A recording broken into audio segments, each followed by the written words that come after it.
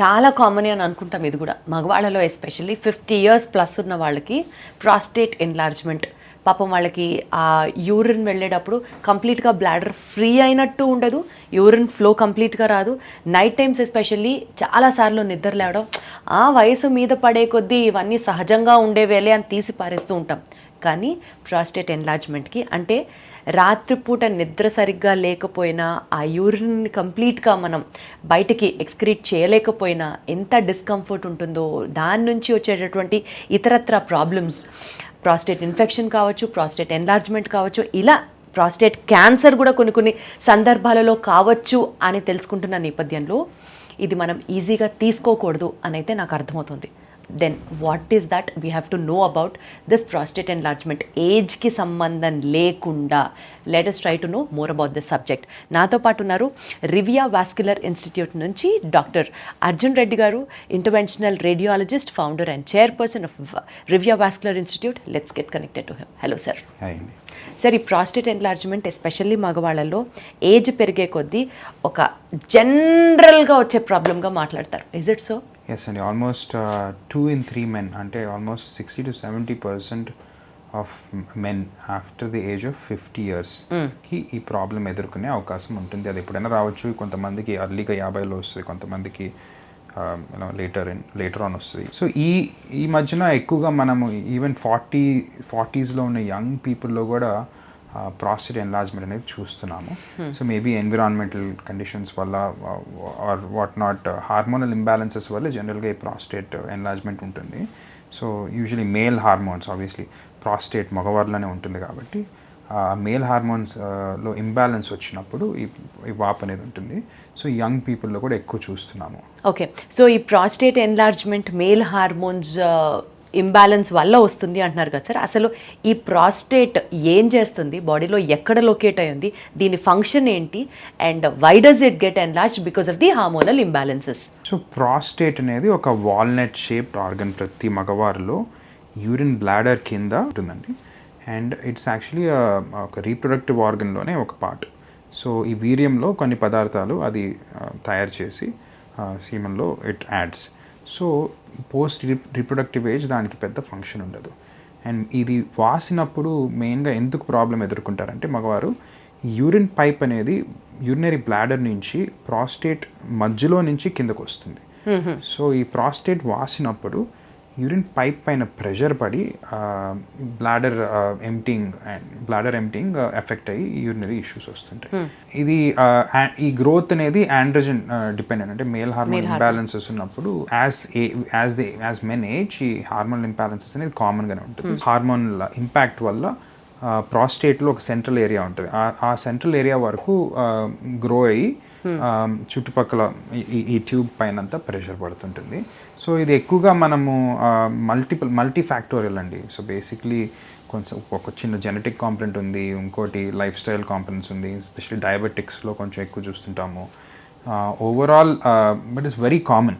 So కామన్గానే almost 70-60% of the మెన్కి at some point ఈ ప్రాబ్లం వస్తుంది. బట్ ఇంకొక కీ కాంపనెంట్ ఏంటంటే ఈ ప్రాబ్లమ్స్ వచ్చిన, మనం చెప్పిన యూరినరీ ప్రాబ్లమ్స్ వచ్చిన ప్రతి ఒక్కరికి ప్రాస్టేట్ వాపు వల్లనే కాదు, కొంతమందికి యూరినరీ బ్లాడర్ ఇష్యూస్ ఉన్నా కూడా సిమిలర్ కంప్లైంట్స్ వస్తాయి. సో దాన్ని డయాగ్నోస్ చేసుకోవడానికి, అది ఏంటి అనేది తెలుసుకోవడానికి ఒక ప్రాపర్ కన్సల్టేషన్ తీసుకొని కొన్ని డయాగ్నోస్టిక్ టెస్ట్ తీసుకుంటే దేనివల్ల వస్తుంది అనేది మనం కూడా తెలుసుకోగలుగుతాం.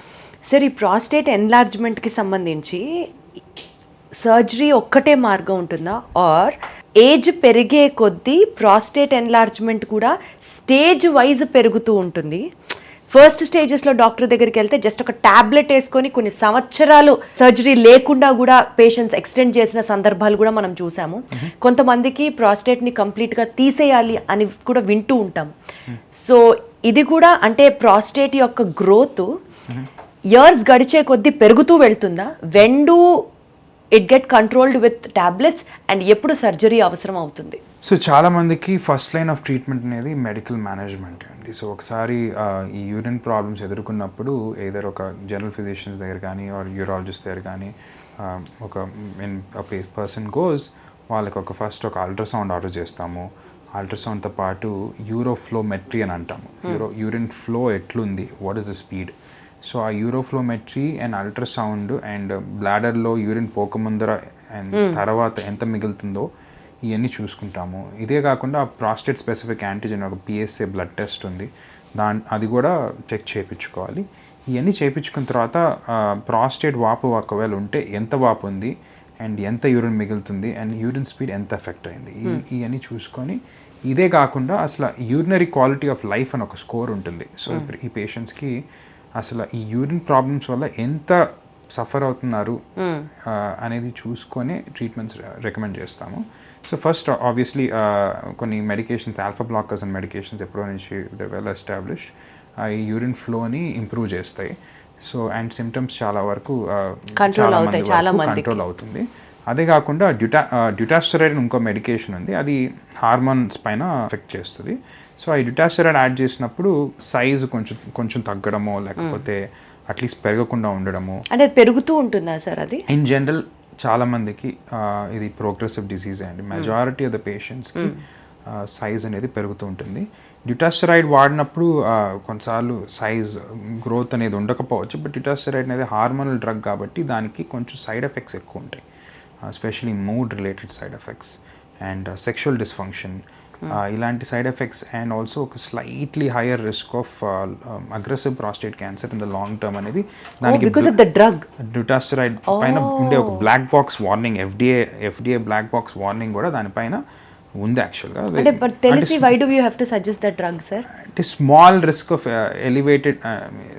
Elevated risk of aggressive prostate cancer ఉంటుందండి, but it is prescribed, I would not prescribe it to a lot of people that I know. ఈరోజు మినిమల్ ఇన్వేజివ్ ఆప్షన్స్ ఉంటాయి, సర్జరీ ఇమీడియట్గా సర్జరీకి వెళ్ళాల్సిన అవసరం లేకుండా కూడా between surgery and medications prostate embolisations or ఇంకా వేరే కొన్ని ట్రీట్మెంట్స్ వచ్చినాయి కాబట్టి dutasteride in this day and age I would not advise a lot to patients to take it because of the side effects. So ఇప్పుడు ఈ prostate gland enlargement అనేది because of the male hormone imbalance అని మనం మాట్లాడుకున్నాం కదా, prostate ఇన్ఫెక్షన్స్లో కూడా enlargement చూస్తుంటామా మనం? ఇతరత్ర కారణాలు ఏముండొచ్చు? కొంతమందికి ప్రాస్టేటైటిస్ అని ఒక కండిషన్ ఉంటుంది. సో అది ఏదర్ బ్యాక్టీరియల్ ఉండొచ్చు ఆర్ నాన్ బ్యాక్టీరియల్ ప్రాస్టేటైటిస్, అంటే ప్రాస్టేటిక్ ఇన్ఫ్లమేషన్. సో కొంతమందికి దాంట్లో ఇన్ఫెక్షన్ వల్ల ప్రాస్టేటైటిస్ వచ్చి ఈ lower pelvic pain, burning urination and so ఇలాంటి ఇష్యూస్ కూడా రావచ్చు. సో దాంట్లో అది స్పెసిఫిక్గా అది వాపు కాస్ట్ చేయకపోవచ్చు, కొంతమందికి మైల్డ్గా కాస్ట్ చేయొచ్చు, కానీ బట్ మోర్ సిమ్టమాటిక్గా ఇబ్బందులు ఉంటాయి. బట్ యూరిన్ పోయే సమస్యల్లో కూడా యూరిన్ సమస్యలు కూడా కొన్ని ఎదుర్కోగలుగుతారు, బట్ సైజ్ పైన అంత ఎఫెక్ట్ ఉంటుంది ప్రాస్టేటైటిస్లో. Okay, so prostate cancer, prostate gland ఎన్లార్జ్మెంట్కి ప్రాస్టేట్ క్యాన్సర్కి ఎంత రిలేషన్ ఉంది సార్? అంటే వాపు వచ్చిన ప్రతి ఒక్కళ్ళకి అమ్మో ఇది క్యాన్సర్గా మారే అవకాశం ఉందా అని అంటే ఏం చెప్తారు? సో ప్రాస్టేట్ క్యాన్సర్ అనేది specific, it's very different from prostatic enlargement. Prostatic ఎన్లార్జ్మెంట్ని మెడికల్ టర్మినాలజీలో బినైన్ ప్రాస్టేటిక్ హైపర్ప్లేషియా అని అంటాం. బినైన్ అంటేనే నాన్ క్యాన్సరస్, పీపీహెచ్ అని అంటాము. సో ఇది స్పెసిఫిక్గా ఒక ఏరియా ఆఫ్ ప్రాస్టేట్ వాస్తుంది అండ్ దీన్ని మనము పిఎస్ఏ అని ఒక టెస్ట్ చేస్తాము. పిఎస్ఏ జనరల్గా క్యాన్సర్ ఉంటే పిఎస్ఏ ఎక్కువ ఉండొచ్చు. ఒకవేళ పిఎస్ఏ ఎక్కువ ఉంటే రెక్టల్ అంటే రెక్టల్ ఎగ్జామినేషన్ చేసి ప్రాస్టేట్ ఏమైనా గట్టిగా ఉందా అని చూసుకోవచ్చు, అదొక పద్ధతి. ఇంకోటి ఎంఆర్ఐ స్కాన్ ఈరోజు చాలా అక్యురసీతో ప్రాస్టేట్ అంటే aggressive prostate cancers are relevant prostate క్యాన్సర్స్ని ఎంఆర్ఐ స్కాన్ చాలా వరకు ఈరోజు మనము పిక్ చేయగలుగుతున్నాము. సో ఒకవేళ ఎంఆర్ఐ చేయించుకొని దాంట్లో సస్పిషన్ ఏమన్నా ఉంటే బయాప్సీకి వెళ్తారు. సో ఇది ఒక లైన్ ఆఫ్ ట్రీట్మెంట్ అండి. బట్ బీపీహెచ్ పర్సే, బీపీహెచ్లో యూజువలీ పిఎస్ఏ అంటే ప్రాస్టేట్ స్పెసిఫిక్ అంటే ఎలివేషన్ ఎక్కువ ఉండదు. సో దాన్ని when you go to a doctor they are diagnosed and right line of ట్రీట్మెంట్ని రికమెండ్ చేస్తామండి. ప్రాస్టేట్ క్యాన్సర్ అనేది స్పెసిఫిక్గా one of the common cancers in men. But BPH అంటే మనం చెప్పే ప్రాస్టేటిక్ ఎన్లార్జ్మెంట్ని బీపీహెచ్ అని అంటాం. బీపీహెచ్ అంటే benign prostatic hyperplasia. So benign అంటేనే నాన్ క్యాన్సరస్. ఇది చాలా కామన్గా చూస్తాం. ప్రాస్టేట్ క్యాన్సర్ ఇంకొంచెం obviously less common compared to BPH. So వాపు ఉన్న ప్రతి ఒక్కరికి క్యాన్సర్ అనేది దట్స్ నాట్ కరెక్ట్. సో ఒకవేళ మీరు ఒక యూరాలజిస్ట్ దగ్గరికి వెళ్ళగలిగితే వాళ్ళు కొన్ని టెస్టులు చేసి ఒకటి one thing is prostate specific antigen అని ఒక పిఎస్సి అనే బ్లడ్ టెస్ట్ ఉంది. అది కాకుండా ప్రాస్టేట్ని ఫీల్ చేసేది ఏమైనా గట్టిగా ఉందా అనేది ఒక చూస్తాము. అండ్ థర్డ్ ఒక ఎంఆర్ఐ స్కాన్ కానీ చేయగలిగితే ఈ ప్రాస్టేట్ క్యాన్సర్ని ఐడెంటిఫై చేయగలుగుతాం. సో పిఎస్ఏ మరీ ఎలివేటెడ్ లేకపోతే ఇన్ జనరల్ ప్రాస్టేట్ క్యాన్సర్స్ మనం సస్పిషన్ తక్కువ ఉంటుంది. But otherwise also prostate cancer అని ఒకవేళ డయాగ్నోజ్ అయినా కూడా ఫాస్ట్గా స్ప్రెడ్ అవ్వదు. అది యూజువలీ ప్రాస్టేట్ క్యాన్సర్ అనేది ట్రీటబుల్లే అని ఒక అష్యూరెన్స్ అయితే అంటూ ఉంటారు అందరూ. ఇజ్ ఇట్ సో అండి? ఏదైనా క్యాన్సరే అని భయపడాలా, ప్రాస్టేట్ క్యాన్సర్ వెళ్ళే పర్వాలేదు అని అనుకోవాలా? That's what I meant. అంటే సో అది గ్రేడింగ్ ఉంటుందండి. 5 grades ఉన్నాయి. ఒక బయాప్సీ చేసినప్పుడు ఆ గ్రేడింగ్ ఐడెంటిఫై చేసి ప్లస్ కొన్ని పెట్ స్కాన్ ఇవన్నీ చేసి అది ఒకవేళ స్ప్రెడ్ అయిందా లేదా స్టేజింగ్ చూసుకొని దాన్ని బట్టి చెప్పగలుగుతాము. బట్ జనరలీ బయాప్సీ అనేది చాలా critical to know the aggressiveness of the prostate cancer. So urologists would ideally once a biopsy is done వాళ్ళు pathology recommendations బట్టి దాని అగ్రెసివ్నెస్ డిసైడ్ చేసి దాని తర్వాత ట్రీట్మెంట్ రికమెండేషన్ అది చేయగలుగుతారు. Got it sir. So coming back to the treatment modes అండి, ఇందాక మీరు చెప్పినట్లు ఆల్ఫా బ్లాకర్స్ అన్నారు, డ్యూటాస్టెరైడ్.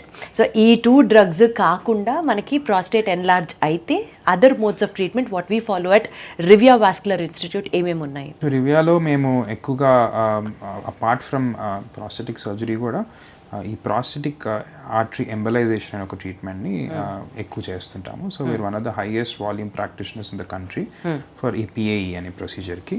సో పిఏఈ అనేది ఒక latest minimally invasive technique.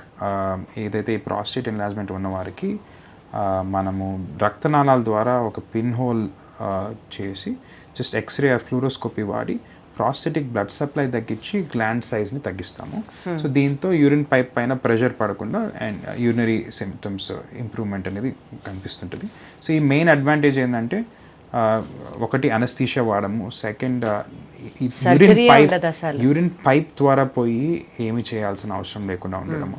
So obviously urology surgeries TURP ఇవన్నీ ఆల్టర్నేటివ్స్ అన్ని లేజర్ కానీ యూరిన్ పైప్ నుంచే పోయి చేస్తారు. సో మనం యూరిన్ పైప్ తాకేయాల్సిన అవసరం ఉండదు. సో జనరల్గా సర్జరీస్తో ఒక 3 to 5% సీరియస్ కాంప్లికేషన్ రిస్క్ ఉంటుంది. ఒకవేళ యూరిన్ పైప్ డ్యామేజ్ అయినా ఈ స్ట్రక్చర్ అనేది ఫామ్ అయ్యి ఇలాంటి ఇష్యూస్ వస్తాయి. కాబట్టి చాలామంది మెన్ ఈరోజు ఈ మినిమలీ ఇన్వేజివ్ ఆప్షన్ ఐడియల్గా చెప్పాలంటే మెడికేషన్స్కి సర్జరీకి మధ్యలో ఉండే ఒక ట్రీట్మెంట్ ఆప్షన్. సో సర్జరీతో ఎక్కువ యూరిన్ స్పీడ్ రావచ్చు, అవన్నీ ఉండొచ్చు, బట్ కాంప్లికేషన్ రేట్స్ కూడా ఎక్కువ ఉంటుంది. ఏదో విన్నాం సార్, ఈ సర్జరీ చేస్తే ఖచ్చితంగా 100కి 99 మందికి పాపం ఇన్వాలంటరీగా యూరిన్ వచ్చేస్తూ ఉంటుంది. ఒక 2 years 3 years వరకు అదొక కంపల్సరీ సైడ్ ఎఫెక్ట్ అని విన్నాం. ఇస్ ఇట్ సో అండి? And the risk of the surgery despite of it being robotic surgery as well. So robotics వాడరండి దీంట్లో. TURP రోబోటిక్స్ ఎక్కువగా ప్రాస్టేట్ క్యాన్సర్లో వాడతారు. బట్ యూరిన్ పైప్ నుంచి పోయి చేసే లేజర్ ట్రీట్మెంట్స్ వాటిల్లో ఇన్కాంటినెన్స్, మీరు చెప్పినట్టు ఇన్కాంటినెన్స్ అనేది ఆ 1 to 2% రిస్క్ ఉంటుంది. అదే కాకుండా urine pipe structures or pipe damage అవ్వడానికి ఎనీవేర్ లేజర్లో కూడా రిస్క్ ఉంటుందా? యూరినరీ ఇన్కాంటినెన్స్ ఉంటుందండి. 3 to 5% యూరిన్ పైప్ స్ట్రక్చర్ ఉండొచ్చు. ఆర్ ఆల్మోస్ట్ కొంతమందికి సెక్షువల్ డిస్ఫంక్షన్ ఇలాంటి ఇష్యూస్ కూడా ఎదుర్కోవచ్చు. సో దానివల్లనే ఈరోజు మినిమల్ ఇన్వేజివ్ ఆల్టర్నేటివ్స్ PAE ఒకటి, అలాంగ్ విత్ PAE ఇంక కొన్ని ఆప్షన్స్ యూరాలజిస్ట్ కూడా చేస్తున్నారు. PAE while is interventional radiology procedure. దీనికి ఆల్టర్నేటివ్స్గా కొన్ని స్టీమ్ లాంటి ఆప్షన్స్ కూడా యూరాలజిస్ట్ చేస్తున్నారు. సో ఏది ఐడియల్ అనేది ఆబ్వియస్లీ ఒక పేషెంట్ డిసైడ్ చేసుకొని దే కెన్ గెట్ డన్. కానీ PAE main advantage we don't touch the urine pipe. So urinary incontinence అనేది అసలు రాదు.